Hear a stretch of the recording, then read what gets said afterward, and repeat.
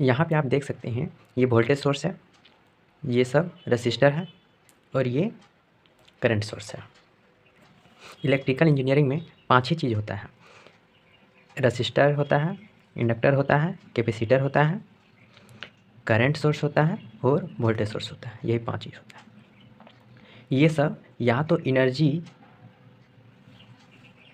इनमें से कोई एनर्जी देगा और कोई एनर्जी को कंज्यूम करेगा। यानी कि इनमें से ये सब या तो एनर्जी, इनमें से कोई एनर्जी सप्लाई करेगा और कोई एनर्जी को डिसिपेट करेगा, एनर्जी को खर्च करेगा। इसी चीज़ को बोलते हैं एलिमेंट। इस चीज़ को क्या बोलते हैं? इस चीज़ को बोलते हैं एलिमेंट। और यहाँ पे हम देख रहे हैं कि एलिमेंट एक दूसरे के साथ कनेक्टेड है। जैसे यह वोल्टेज सोर्स इस आर से कनेक्टेड है, ये आर इन दोनों से कनेक्टेड है, इससे भी कनेक्टेड है। इसी प्रकार सब एक दूसरे के साथ कनेक्टेड है। यानी कि यहाँ पे कॉम्बिनेशन बन रहा है किस चीज़ का? कि एलिमेंट एक दूसरे के साथ कनेक्टेड है, उस चीज़ का यहाँ पे कॉम्बिनेशन बन रहा है और इसी को कहते हैं इलेक्ट्रिक नेटवर्क। और इस एलिमेंट को नाम दे देते हैं सर्किट एलिमेंट।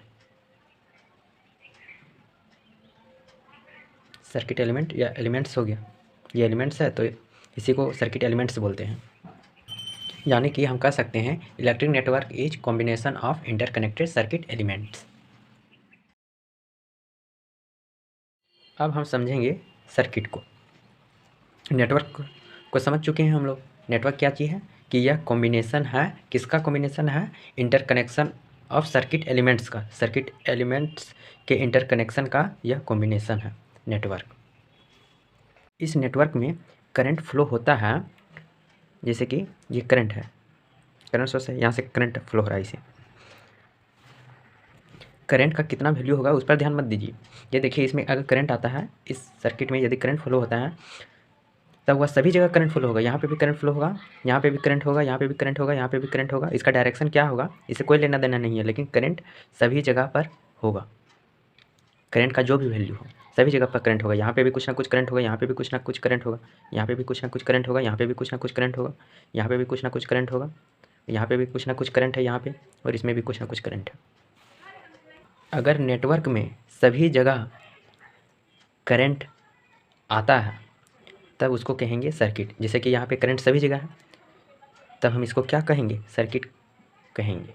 नेटवर्क भी कहेंगे लेकिन सर्किट भी कहेंगे, सर्किट भी इसको बोल सकते हैं। लेकिन यदि किसी जगह करंट ना रहे तब उसको सर्किट नहीं कहेंगे। जैसे कि ये नेटवर्क, यहाँ पे इसमें करंट फ्लो नहीं होगा, इसमें करंट नहीं आएगा, केवल इसमें आएगा, इसमें आएगा और इसमें आएगा और इसमें आएगा, सभी में आएगा लेकिन इसमें करंट नहीं आएगा, इसलिए इसको हम सर्किट नहीं बोल सकते हैं। यदि नेटवर्क के सभी भाग में करंट आता है तो उसको सर्किट बोलेंगे, और सभी भाग में करंट नहीं आता है, जैसे कि यहाँ पे इस भाग में करंट नहीं आया क्योंकि यहाँ पे ओपन था, तो इसको सर्किट बोलेंगे। लेकिन इसको नेटवर्क कहेंगे। नेटवर्क सभी को कहना है, इसको भी नेटवर्क कहेंगे, इसको भी कहेंगे नेटवर्क। लेकिन सर्किट यूज करने के लिए स्पेसिफाई किया गया है कि नेटवर्क के सभी भाग में यदि करंट आता है तब उसको सर्किट कहेंगे, और नहीं आता है सभी भाग में करंट तब उसको सर्किट नहीं कहेंगे। यानी कि इससे ये पता चलता है कि सारा सर्किट नेटवर्क होता है। यदि इसे सारा सर्किट नेटवर्क होता है, लेकिन सारा नेटवर्क सर्किट नहीं होता है। सारा सर्किट नेटवर्क होता है ये बात सही है, लेकिन सारा नेटवर्क सर्किट होता है ये गलत है। जैसे कि ये सर्किट है और नेटवर्क भी है, लेकिन ये सर्किट नहीं है लेकिन नेटवर्क है। वही चीज़ है कि सारा नेटवर्क सर्किट नहीं होता है, लेकिन जितना भी सर्किट होता है सभी को हम नेटवर्क कह सकते हैं। अब हम समझते हैं नोड को, कि नोड क्या होता है। नोड को समझ लीजिए ज्वाइंट। जैसे यहाँ पे ज्वाइंट है, यहाँ पे भी ज्वाइंट है, यहाँ पर ज्वाइंट है, यहाँ पर ज्वाइंट है, यहाँ पर ज्वाइंट है, यहाँ पर ज्वाइंट है। ये सारा चीज़ जो ज्वाइंट है क्या ज्वाइंट है? एलिमेंट्स। ज्वाइंट करेंगे तो दो चीज़ को ज्वाइंट करेंगे, दो या दो से ज़्यादा, मिनिमम दो होना चाहिए। इसलिए जहाँ पर दो या दो से अधिक सर्किट एलिमेंट्स जुड़ रहे हैं उसको हम नोड कहेंगे। इसी प्रकार यहाँ पे भी हो जाएगा, यहाँ पे बना, यहाँ पे हो जाएगा, यहाँ पे हो जाएगा, यहाँ पे हो जाएगा, यहाँ पे हो जाएगा। ये तीनों ज्वाइंट, ये तीनों ज्वाइंट एक ही है, ये तीनों ज्वाइंट एक ही है। यहाँ पे इस नोड को हम ऐसे दिखा सकते हैं, जैसे ये प्लस माइनस, इसको एक जगह ला दीजिए, इसके बदले यहाँ पे एक रसिस्टर लगा के इसको ज्वाइन कर दीजिए, इसके बदले भी एक यहाँ पे रसिस्टर लगा दीजिए, और यहाँ पे करंट सोर्स है तो यहाँ पे एक करंट सोर्स ऐसे लगा दीजिए। ये तीन अलग अलग नहीं है, एक ही है, यानी कि ऐसा है, इसी को अलग अलग करके फैला दिया गया है। इसलिए अब हम कह सकते हैं कि नोड वो ऐसा पॉइंट है जहाँ पे दो या दो से अधिक सर्किट एलिमेंट्स जुड़ता है, या दो या दो से अधिक सर्किट एलिमेंट का कॉमन कनेक्शन होता है। जैसे कि यहाँ पे इसका, इसका और इसका तीनों का एक कनेक्शन यहाँ पे है, तीनों का कॉमन कनेक्शन यहाँ पे है एक, इसको नोड कहेंगे। यहाँ पे इसका, इसका और इसका तीनों का कॉमन कनेक्शन है यहाँ पे इसका, इसका और इसका, इन तीनों का कॉमन कनेक्शन है यहाँ पे, और इसका भी कॉमन कनेक्शन है, इन चारों का कॉमन कनेक्शन है यहाँ पे, यानी कि यह भी एक नोड हो जाएगा। नोड को समझने के लिए आप ज्वाइंट को याद रख सकते हैं कि जो ज्वाइंट है उसको हम नोड कहेंगे। और ज्वाइंट मिनिमम दो चीज़ से कर सकते हैं। एक चीज़ को कैसे ज्वाइंट करेंगे? दो, वही चीज़ अगर यदि दो भाग में बांट देंगे तभी वो ज्वाइंट होगा। जैसे यह पेन है, यह पेन को हम ज्वाइंट कैसे करेंगे? यदि इसी पेन को हम दो भाग में बांट देंगे तब उन दोनों पेन को आपस में ज्वाइंट कर सकते हैं। यानी कि ज्वाइंट करने के लिए दो चीज़ हमें चाहिए, इसलिए इसको ऐसे डिफाइन किया गया कि दो या दो से अधिक सर्किट एलिमेंट, यहाँ पे सर्किट एलिमेंट को जोड़ना है, इसलिए दो या दो से अधिक सर्किट एलिमेंट जिस जगह पर जुड़ते हैं उसको नोड कहेंगे। हम लोगों ने नोड को समझा, अब हम समझेंगे जंक्शन को। जंक्शन में क्या होता है कि जहाँ पे तीन या तीन से अधिक एलिमेंट्स जुड़ते हैं उसको जंक्शन कहा जाता है। जहाँ पे तीन, जैसे कि ये नीचे वाला हो गया एक जंक्शन, यहाँ पे भी हो गया एक जंक्शन, यहाँ पे भी हो गया एक जंक्शन, तीन जुड़ रहा है। यहाँ पे नीचे में तीन या तीन से ज़्यादा जुड़ना चाहिए। नीचे कितना जुड़ रहा है? चार जुड़ रहा है नीचे वाला में, ये भी जुड़ रहा है, ये भी जुड़ रहा है, ये भी जुड़ रहा है और ये भी जुड़ रहा है। यहाँ पे तीन जुड़ रहा है, एक इधर से जुड़ रहा है, एक इधर से और एक इधर से। यहाँ पे भी तीन जुड़ रहा है, एक इधर से, एक इधर से और एक इधर से। यानी कि यहाँ पे जंक्शन कितना बन गया? एक, दो और नीचे एक, तीन जंक्शन। लेकिन नोड की बात करें, नोड यहाँ पे कितना, यानी कि ज्वाइंट कितना है? एक, दो, तीन और नीचे एक, चार। जंक्शन को हम लिख सकते हैं, it is the point in network where three और मोर एलिमेंट्स आर ज्वाइंटेड। जहाँ पे तीन या तीन से अधिक एलिमेंट्स ज्वाइंटेड होता है उसको जंक्शन कहेंगे नेटवर्क में। अब हम समझते हैं ब्रांच। ब्रांच दो नोड के बीच का वह भाग होता है जिसमें एनर्जी एब्जॉर्ब हो रहा होगा या डिलीवर हो रहा होगा। जैसे दो ये नोड है, दो नोड के बीच में क्या है? सर्किट एलिमेंट है, और सर्किट एलिमेंट या तो एनर्जी को सप्लाई करेगा या तो एनर्जी को डिसिपेट करेगा, यानी कि एनर्जी डिलीवर करेगा या तो एनर्जी को एब्जॉर्ब करेगा। यही बात हुआ, इसलिए इसे हम ब्रांच कह सकते हैं। उसी प्रकार ये दोनों नोड है, दोनों नोड के बीच में सर्किट एलिमेंट लगा हुआ है, और यह सर्किट एलिमेंट या तो एनर्जी को डिलीवर करेगा या तो एनर्जी सप्लाई करेगा, यानी कि यह भी एक ब्रांच हो गया। इसी प्रकार यह भी एक ब्रांच हो जाएगा, यह भी एक ब्रांच हो जाएगा, यह भी एक ब्रांच हो जाएगा, यह भी एक ब्रांच हो जाएगा। यानी यहाँ पे कितना ब्रांच बन रहा है? दो नोड के बीच, एक नोड ये, एक नोड ये, एक ब्रांच ये बन गया, एक ब्रांच ये बन गया, दो ये एक बन गया, तीन ये एक, चार ये एक, पाँच और ये एक, छः, यानी कि यहाँ पे 6 ब्रांच है। नोड और जंक्शन वाले पॉइंट से एक बात यहाँ पे भी नोट करके लिख लीजिए कि सारा जंक्शन को हम नोड कह सकते हैं, जंक्शन से नोड में जाते हैं तो सारा जंक्शन को नोड कह सकते हैं, लेकिन सारे नोड को हम जंक्शन नहीं कह सकते हैं। जैसे ये इसको हम नोड भी कह सकते हैं, जंक्शन भी कह सकते हैं, लेकिन इसको हम जंक्शन नहीं कह सकते हैं, लेकिन नोड इसको कह सकते हैं। इसलिए सारा नोड जंक्शन नहीं होता है, लेकिन सारा जंक्शन नोड होता है। ब्रांच को जानने के बाद हम सर्किट को ऐसे भी समझ सकते हैं कि नेटवर्क के यदि सारे ब्रांच में करंट पहुंच जाता है तब उसको हम सर्किट कहेंगे, और नेटवर्क के सभी ब्रांच में करंट नहीं पहुंच पाता है, जैसे कि इस ब्रांच में करंट नहीं पहुंचा, इस ब्रांच में, इस ब्रांच में, इस ब्रांच में, इस ब्रांच में करंट नहीं आया, यानी कि यह सर्किट नहीं होगा। अब हम समझते हैं लूप को। लूप किसी नेटवर्क में वह पाथ होता है जिसमें हम किसी नोड से शुरू करते हैं, जैसे कि हम इस नोड से शुरू किए और वापस इसी नोड में हम पहुंच जाते हैं, तो इसको हम लूप कहते हैं। लूप नेटवर्क में क्या होता है? लूप नेटवर्क में एक क्लोज पाथ होता है जिसमें हम किसी नोड से चलना आरंभ करते हैं और वापस हम उसी नोड में पहुंच जाते हैं। इसको एक लूप कहा जाता है। तब इसको क्या कहा जाता है? एक लूप कहा जाता है। एक नोड से दूसरे नोड में जाएंगे, एक नोड से दूसरे नोड में जाएंगे, इसको हम पाथ कहेंगे। एक नोड से दूसरे नोड तक जाना पाथ कहेंगे। लूप में क्लोज पाथ बनाना है। क्लोज पाथ कैसे बनेगा? हम जहाँ से चलना आरंभ किए हैं वापस वहीं आएंगे तभी क्लोज पाथ बनेगा। जैसे हम यहाँ से चलना आरंभ किए थे तो यहाँ से हम ऐसे चलें, फिर ऐसे चलें, फिर ऐसे चलें, फिर ऐसे आएँ, क्या बन गया? एक क्लोज पाथ बन गया। यहाँ पे ध्यान से देखिए, लूप बन रहा है वह किस चीज़ से बन रहा है? यह ब्रांच से बन रहा है। यहाँ पे देखिए, ये ब्रांच आया, यहाँ पे भी एक ब्रांच आया और यहाँ पे भी एक ब्रांच आया। ये एक ब्रांच बन गया, ये भी एक ब्रांच बन गया, ये एक ब्रांच बन गया। यहाँ से यहाँ तक एक ब्रांच बन गया, या यहाँ से यहाँ तक एक ब्रांच मान लीजिए। इसको आप इसके अंदर इस ब्रांच के अंतर्गत ले आइए, या तो इसको आप इस ब्रांच के अंतर्गत ले आइए। बीच में तो कोई एलिमेंट है नहीं, इसलिए या तो यहाँ से यहाँ तक एक ब्रांच मान लीजिए, या तो यहाँ से यहाँ इसको एक ब्रांच मान लीजिए। अगर हम यहाँ से यहाँ एक ब्रांच मानते हैं तो दूसरा ब्रांच यहाँ से यहाँ हो जाता है और तीसरा ब्रांच ये रहा।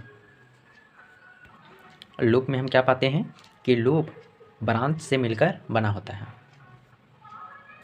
लूप एक क्लोज पाथ होता है जो ब्रांच से मिलकर बना होता है, या लूप एक क्लोज पाथ है जिसमें हम जिस मेश से चलना आरंभ करते हैं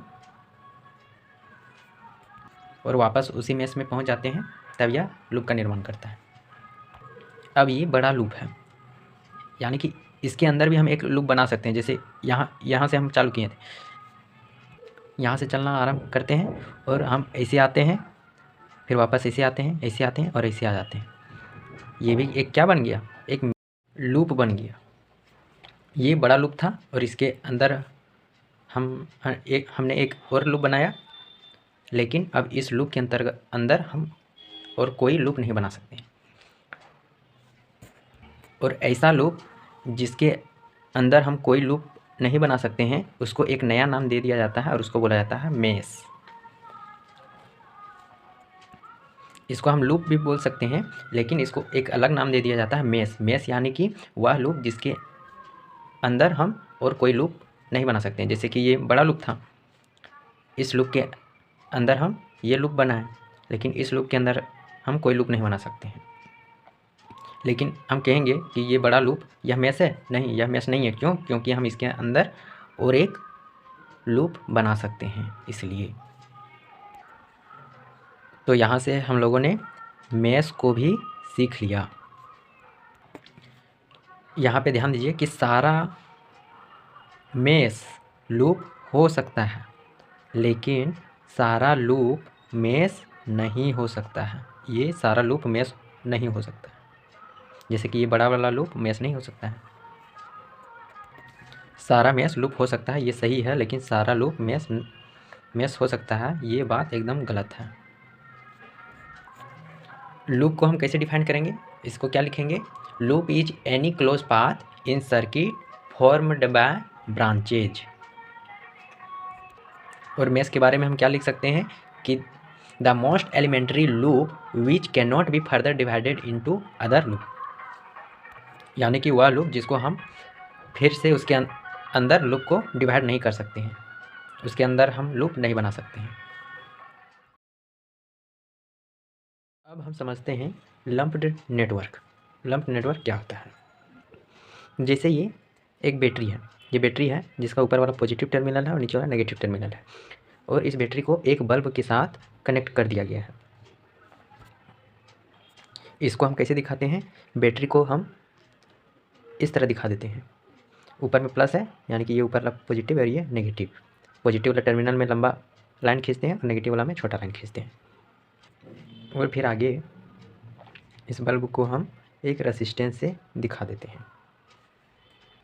यहाँ पे आई करंट जा रहा है तो यहाँ पे भी आई करंट जाएगा। इस बल्ब के बीच भी वोल्ट है तो यहाँ इस रेसिस्टेंस के बीच भी वोल्टेज होगा। और अगर यह आइडियल वायर है तब इसमें कोई रेसिस्टेंस तो नहीं होगा, लेकिन यह प्रैक्टिकल वायर है तो इसका कोई रेसिस्टेंस होगा। इस वायर का, जैसे यह वायर है तो इसमें रेसिस्टेंस होगा। रेसिस्टेंस एक जगह तो होगा नहीं, पूरा फैला हुआ होगा रेसिस्टेंस इसका। ये क्या है? वायर है, और वायर में रेसिस्टेंस पूरा फैला हुआ होगा। उसी को यहाँ पे दिखाना है, उसको कैसे दिखाएंगे? अगर ये प्रैक्टिकल वायर है तब इसमें रेसिस्टेंस होगा इस वायर में, और वायर में रेसिस्टेंस फैला हुआ रहता है, एक जगह तो रहता नहीं है। इसको कैसे दिखाएंगे? इसको इस प्रकार दिखाया जाता है कि इसी वायर को ले लिया जाता है, जैसे ये वायर है, और उसके बाद इसमें जितना ओम का रेसिस्टेंस है उसको फिर रेसिस्टेंस से दिखा दिया जाता है। जैसे इसमें अगर R ओम का रेसिस्टेंस है तो इसको R बोल दिया जाता है।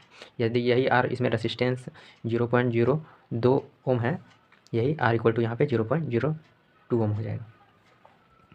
यानी कि आइडियल वायर के लिए ये तो सही है, लेकिन यदि यह प्रैक्टिकल वायर है तब यहाँ पे हम एक रेसिस्टेंस लगाते हैं। यहीं पे लगा दीजिए, बैटरी के साइड में लगा दीजिए, बैटरी के सामने ये R लग गया। कितना? 0.02 ओम का। यहाँ पे हम लोगों ने क्या किया?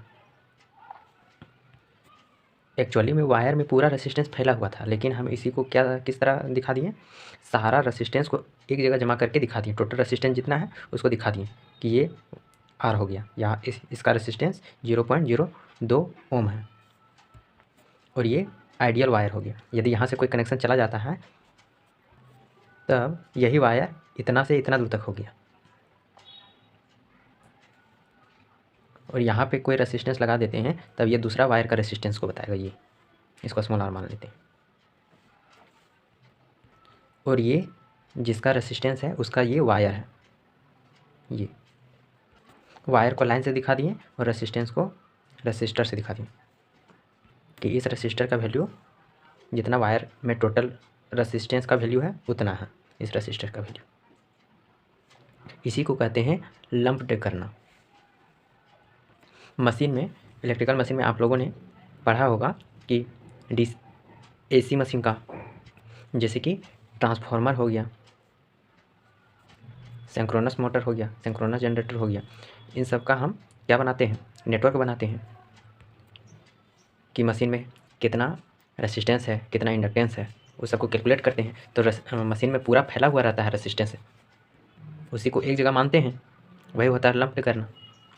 पावर सिस्टम में ट्रांसमिशन लाइन के लिए जब हम नेटवर्क बनाते हैं ट्रांसमिशन लाइन के लिए, तो ट्रांसमिशन लाइन में रेसिस्टेंस फैला हुआ रहता है। और ट्रांसमिशन लाइन से जब नेटवर्क बनाते हैं तो ट्रांसमिशन लाइन में जो रेसिस्टेंस टोटल रहता है उसको एक जगह करके लिख देते हैं। हालांकि ट्रांसमिशन लाइन में लिया जाता है कि 1 किलोमीटर में कितना ओम है। जैसे अगर 1 किलोमीटर में 5 ओम है तो उसी प्रकार उसका कैलकुलेशन किया जाता है, वो अलग पार्ट है। लेकिन वहाँ पे भी लंप सर्किट हम लोग बनाते हैं, लंप नेटवर्क बनाते हैं, वहाँ पर भी लंप्ड का मतलब यही होता है। लंप्ड करना मतलब एक तरह से समझ लीजिए छोटा करना। अब यहाँ पे ध्यान दीजिए कि इसको हम इससे दर्शाए हैं, ये बैटरी और बल्ब के कनेक्शन को हम इस प्रकार दिखा सकते हैं।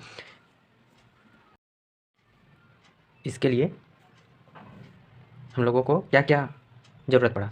बल्ब में जितना करंट है उतना करंट यहाँ पे जाना चाहिए, आई बल्ब में जितना वोल्टेज है उतना वोल्टेज यहाँ पे इसको मिलना चाहिए, इस रेसिस्टेंस को मिलना चाहिए, इस रेसिस्टर को। बल्ब में जितना रेसिस्टेंस है उतना रेसिस्टेंस इस रेसिस्टर को दिखाना है। बैटरी में बैटरी का जितना वोल्टेज है यहाँ पे जैसे ई, अगर यहाँ पे बैटरी का वोल्टेज है ई, तो यहाँ पे भी इस बैटरी का वोल्टेज ई देना पड़ेगा। यानी कि इससे कोई मतलब नहीं है कि बैटरी कैसे सप्लाई कर रहा है। बैटरी के अंदर में बहुत सारा केमिकल होता है, जो भी चीज़ लगा हुआ है उसके अंदर के बारे में नहीं जानना है, बस केवल टर्मिनल के बारे में जानना है कि इस बैटरी के टर्मिनल में ई वोल्टेज है, तो यहाँ पे रिप्रेजेंट करने समय ई दे देना है। किधर पोलैरिटी है, ऊपर में प्लस है नीचे माइनस है, इसलिए ऊपर प्लस नीचे माइनस। बैटरी से कितना करंट निकल रहा है उतना करंट यहाँ पे भी देना है कि बैटरी से इतना करंट निकल रहा है। बल्ब में भी वोल्ट है, तो यहाँ पे भी रजिस्टर में, जिसको बल्ब के रूप में दिखाया है, वहाँ पे भी वोल्ट होना चाहिए। बल्ब का रेसिस्टेंस यदि आर है, यहाँ पे इस बल्ब का रेसिस्टेंस आर है, तो यहाँ पे भी इस बल्ब का रेसिस्टेंस आर होना चाहिए। यदि यहाँ पे दिया हुआ है वायर का मान 0.2 ओम है, इस वायर का मान वैल्यू टोटल, तो इसको एक जगह लंप करके एक रेसिस्टेंस लगा देंगे और इसको लिख देंगे कि यह रेसिस्टेंस का वैल्यू 0.02 ओम है। उम्मीद है आपको सारा चीज़ समझ में आया होगा। अब मिलेंगे अगले वीडियो में।